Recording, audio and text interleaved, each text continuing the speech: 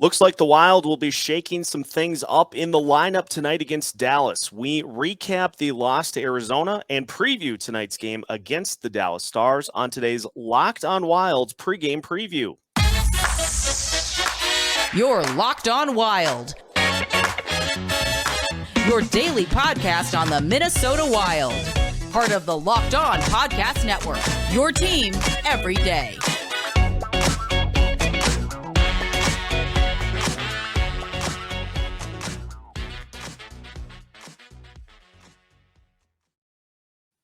Hello and welcome to another pregame preview edition of Locked on Wild, your daily Minnesota Wild podcast, part of the Locked on Sports Podcast Network, your team every day.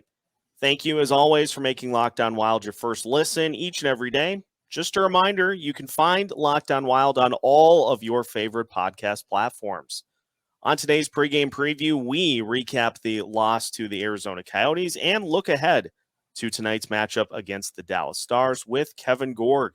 My name is Seth Topal, your daily Minnesota Wild insider. And Kevin, a rough way to start the second half of the season against the Arizona Coyotes. And, you know, it's not difficult to really point to the things that went wrong because it's the things that we've seen so far this season is just too many penalties and not able to generate enough in 5-on-5 to overcome 3 goals by the Coyotes. Yeah, Dean Evison, I think, warned us a long time ago at the start of this season. This is not a team like last year's edition of the Minnesota Wild that can score their way out of tough situations. So when you're the number one penalized team in the league and you take a situation last night where you give Arizona 6 power plays, not only are you going to give them a great chance to succeed and get some offense from that, but you're going to put yourself in a position where your top players, players like Spurgeon and Brodin and those key cogs in the back end are going to get run down and worn out, especially when it's after a break where you were off the ice for 8 days and you've had a full practice and a morning skate. So it was a recipe for trouble. They allowed the Coyotes to hang around because the Wild are kind of a goal-starved team this year. And even with the 2-1 lead in the third period, it didn't feel safe. And then once Arizona got that crowd back into the game, got a little momentum, it went the wrong way. And those are 2 points, and again, you can't get them back right now. The toothpaste is out of the tube. But if you're looking at the big picture and how tight this is likely going to be all the way to the end of the regular season for playoff berths and seeding, those are 2 points that are going to probably haunt you for a while. There's another byproduct to the amount of times that the Wild were on the penalty kill as well and Dean talks about this a lot, wanting to be a 4-line team and rolling all 4 lines and just not getting as many opportunities to get those 4th line guys out there because, and they brought it up in the broadcast, you're behind the 8 ball with the penalties that you take early on. And so it's a situation too, where not only are you trying to defend in giving up those goals, you're also seeing guys like Brandon Duhaime and Connor Dewar, who are huge parts of this team, just not get as many minutes as they probably should. Yeah, there's really no rhythm to a game like that. And penalties on both sides. You mentioned it, though, if you're going to be a 4-line team and you're going to use your depth to your advantage, and I'll use a situation like last night's game where you're fresh off a break and probably need that depth. And now you've got a game in Dallas and a game at home against Vegas and back-to-back with travel. That depth can be such a weapon for this hockey team. And you really negate that depth by taking penalties. And so the penalty minute thing is, it's a little bit deceiving because we've had games where the Wild have taken, fighting majors. We saw 4 in one game right before the break on that homestand. But the bottom line is they're giving away too many power play chances. And if they're going to be a playoff team, they've got to cut those numbers down significantly. And it's something that I know the coaches continue to work on with this team. And it's something that if they don't do it, they're not going to make the postseason dance. Do you get the sense that it was a needed kind of an eye opener for the Wild against Arizona with this stretch coming up in February? I think I did the math, and it was 9 of the 13 games are against teams either in the playoffs or in the hunt for the playoffs. And if you're going to be one of those teams, this is a month in which you got to really hold your own against some of the best teams in the league. Yeah, the Wild just spent a month of January where they were barely home. And so The good news is you're home most of this month, even though you're on the road right now. You're going to be back in St. Paul for a long period of time. There's one other road trip that takes the Wild to Columbus and Toronto, but other than that, that home ice advantage can be a huge factor. Right now, though, there just isn't any room for error, and it's a team right now that I think if you look at certain individuals on this roster, they're feeling the pressure to try to produce. I look at Jordan Greenway. I look at Ryan Hartman. These are two players that the Wild absolutely need to get going, and we'll get to this line shuffling here later on the show. But I think specifically, if you look at what Dean Evason and his coaching staff are trying to do right now, he knows if those two guys get it going, that will create a situation where all boats will rise. The whole team will feel more confident. The whole team will be able to produce more offense. But until you get those two guys going, and they're going to be on two very important lines, you're going to continue to really rely on two players, and that's Zuccarello and Kaprizov, to create 5-on-5 offense, and that's not sustainable. Well, and you wonder too, with as tight-knit of a group as this is, I'm sure even the guys in the rest of the locker room are, they're frustrated that their teammates are not having the seasons that they were hoping to coming into this season. And so that pressure that players themselves are feeling to produce, it carries on to everybody in that locker room. It's contagious one way or the other. The confidence you have or the pressure you feel as you grip your stick a little tighter, there's a ripple effect. It certainly affects the line that you're on. And no question, this is a team that I think is still trying to figure out how to consistently win hockey games. And Dean Evason talked about it this morning after practice. We have got to figure out how to turn the effectiveness and the effort we get in the defensive end to what we're doing in the offensive side of the puck. They still believes the team isn't shooting the puck enough. And you look at Matt Zuccarello in the slot with a minute left. You look at Matt Boldy and the chances he might have had last night. And you look at just the overall rhythm of the offense of this hockey team. And there's another level to get to. And they've got enough talent on this roster to score goals. They've just got to find a way to be more effective when they get in that offensive zone, because they've got a blue line that's mobile. They've got enough weapons up front where good things can happen, but they just haven't put it all together yet this year. And nights like the game in Arizona are really kind of the poster child for what this team is missing. And that's, that next goal when it's 2-1 to put team away. What they did last year is they won those games all the time when they were supposed to win the hockey game. And right now they are probably winning about half of those games. And that's why they're in a very uncomfortable position right now, tied for the last playoff spot, where last year at this time, it wasn't a matter of if they were going to be in the playoffs. It was a matter of where they were going to end up and would they have home ice. Looks like there will be a couple of changes in the lineup, both in a couple of line switches, but also a potentially notable absence for the Wild. We'll talk about that as we continue today's pregame preview of Locked on Wild after this. We are so excited about our new sports betting partner for Locked On because they're the #1 sports book in America, FanDuel. And if you're new to FanDuel, that's even better. They have so many great features that make betting on sports fun and easy. Download FanDuel now so you can bet on Super Bowl 57 with a no-sweat first bet. You'll get up to $3,000 back in bonus bets if your first bet doesn't win. FanDuel lets you bet on everything from the money line to point spreads to who will score a touchdown, or my favorite bet for the Super Bowl, whether the Kelsey brothers will each score a touchdown. The FanDuel Sportsbook app is safe, secure, and super easy to use.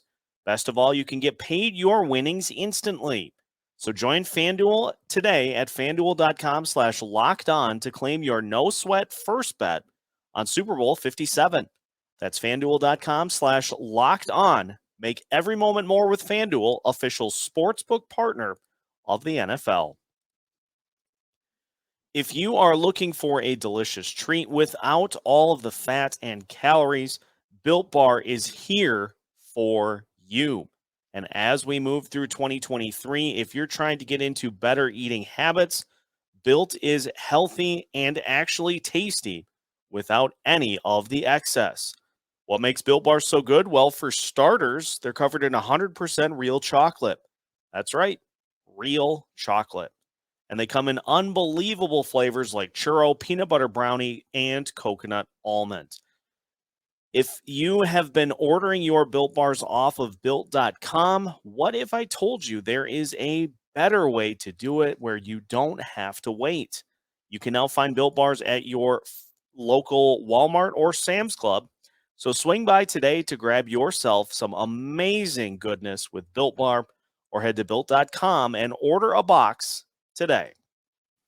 Continuing today's pregame preview edition of Locked On Wild. Once again, thanks for making Locked On Wild your first listen each and every day. Seth Topal joined by Kevin Gorg. And Kevin, the fans have been asking for it for a while, and looks like we are getting Ryan Hartman back on the top line with Kirill Kaprizov and Matt Zuccarello. Sam Steele, he earned the promotion up there, just has not been able to produce with those guys here over the last handful of games. And so now Hartman, who is more of a shooter, is going to get his chance to try to get back to last year's production. Yeah, I think it's a situation where it's not as much about Sam Steele as it is about Ryan Hartman and what he can bring to the table with the grit that he brings, getting to the net, keeping it simple, and letting those guys just kind of go out there and be creative, because they're so good together. And that line as a trio last year was virtually unstoppable. Ryan Hartman scored 34 goals. And so they're trying to jumpstart him. If you're gonna get a guy going, that's the place to do it, no question. And then I think the other factor is, you get the grief line back together. And, I thought, Marcus Foligno up there with that Boldy line was certainly a decent option, but now you get those guys back together. And I think we all know, watching this team, that when 14, 17, and 18 are on the ice together, they're all better players individually. I think Joel Eriksson Ek is having an unbelievably good season. If you watch the details to his game every single night, this kid, he's found another gear, found another level. He's on pace for 30-plus goals. He's their best defensive center, and he's the one that's stirring up trouble every single night. So, yeah, the grief line back together. I'll be very curious, though, Seth, how that works out with Sam Steele moving to that Boldy and Gaudreau line. I'm not sold on that as a fit, but, you've got options. Not only if you want to change it game by game, but within the game, a player like Duhaime can move all over the place for this Wild team. And so I think that's the only question mark I have. I think the other two lines are going to be just fine. Yeah, it will be interesting to see, because, we looked at the Boldy line when they weren't producing and said, well, they're missing that speed element that Fiala brought last year. There have been some other things that go into it too, and I think if that line just goes with the mentality of let Matt Boldy be the guy taking the shots more often than not, I think since they kind of switched that philosophy, that line, the production should continue for that Boldy line. The goals are going to come. Yeah, Matt Boldy's too good a hockey player. And, you see him every single shift be able to navigate through tight spots and get to open ice. I think by putting Sam Steele there, you give him a chance to be a little more aggressive shooting the puck. Sam likes to dish the puck off. Boldy's the guy they want to shoot the puck.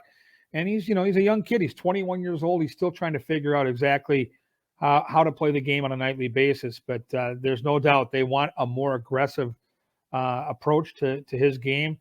He passed up some shots last night. He had the puck on a stick, it seemed like, the whole night. So he was doing so many good things within that hockey game in Arizona. And maybe that'll jumpstart him too. They're still trying to piece it all together.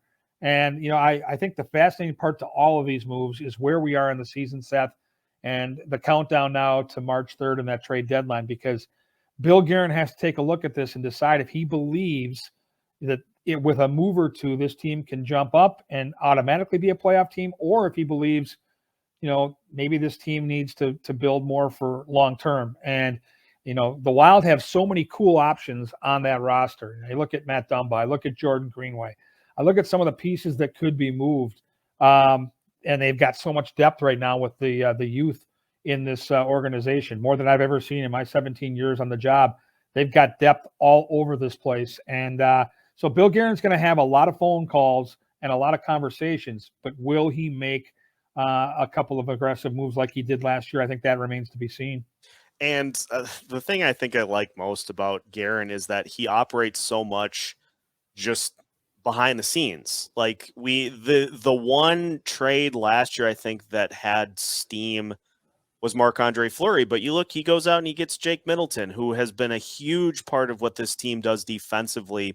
And that was one that the Wild weren't really linked to at all. And so for as many of these moves that we try to kind of connect the dots, he's probably got a few behind the scenes that if they were to happen, people would look and say, wow, that's one we didn't expect, but that is going to be a good move for this team. What I love about Bill Guerin is, aside from the obvious, the fact that he's won multiple cups as a player and manager, is that he's completely unafraid. And he's been given the freedom here to make these decisions, these hard, critical decisions without fear of anything, because Billy Guerin knows he's going to be the GM here as long as he wants to be. He's well respected by this organization, but more importantly, throughout the league. And so he can sit there and play poker and not have to worry about an owner second guessing him or a coaching staff that doesn't believe in him. That open line of communication was evident last night after the hockey game when Bill Guerin's one of the first ones down there, not panicking, having a conversation with the coaching staff, trying to figure things out as the road trip progressed. I love how hands-on he is. I love how aggressive he is and unafraid he is. And I think if you're a Wild fan, you're going to really appreciate the way that he handles things, because he's a realist. He doesn't play games. He doesn't believe in just getting a rental. He really believes in bringing in a guy like Marc-Andre Fleury, not just for the push last year, but to be a part of this organization moving forward. Same thing with Jake Middleton. Like, that's who he wants to be as a general manager. He's been a rental as a player, and he knows what a risk that is. And I think there are situations where if the Wild in the coming years are a team that's fighting for a President's Trophy and are one of the Cup favorites, that he might make that move. But I think right now he looks at what this organization has and what they've been able to build here with the Minnesota Wild, and he realizes that as good as they are right now, and they're going to be competitive every year, especially with Dean Evason and this coaching staff, but he looks at where they're going in the next couple of years. Look at the numbers that Jesper Wallstedt has. Look at some of the young guys we saw in the World Juniors. He knows right now that this team is going to be better year by year. Kevin, let's talk about Jonas Brodin, who was injured late in the game against the Arizona Coyotes to the point that there was a mini practice for the Wild, and he did not take part. And so you see Alex Goligoski paired with Matt Dumba. I actually saw some of the analytics for that pairing and was surprised at how effective those two have been together. And so it's a situation where you never want to have Jonas Brodin out of the lineup. But Alex Goligoski has shown when he's put into the lineup that he certainly still has plenty left in the tank. Well, he's such a smart player. I mean, Goligoski's been there and done that. He's a Cup winner, and he stays ready. I'm just so impressed at this stage in his career how sharp he is when he gets in there, having not played for weeks at a time. And so it's a very, very reliable seventh defenseman that is a team-first guy that is beloved in that locker room and so respected. So, yeah, him and Dumba mesh pretty well because Dumba's given a little more free reign. You know, when you play with Brodin and you're Matt Dumba, you both like to skate. You both like to go. When you play with Alex Goligoski and you're Matt Dumba, you're going to be given that green light. Goligoski will lag back. And I think it's a good pairing. And so they get along well off the ice. I think that carries over onto the ice. But, you know, you can dress this up any way you want. You already said it as much. I mean, Jonas Brodin is one of the most valuable players on this hockey team every single night. And when you play teams like Dallas and Vegas now in a 48-hour period, and you likely won't have Brodin for at least one, if not both of those hockey games, that's going to rely on everybody else now elevating their game a notch.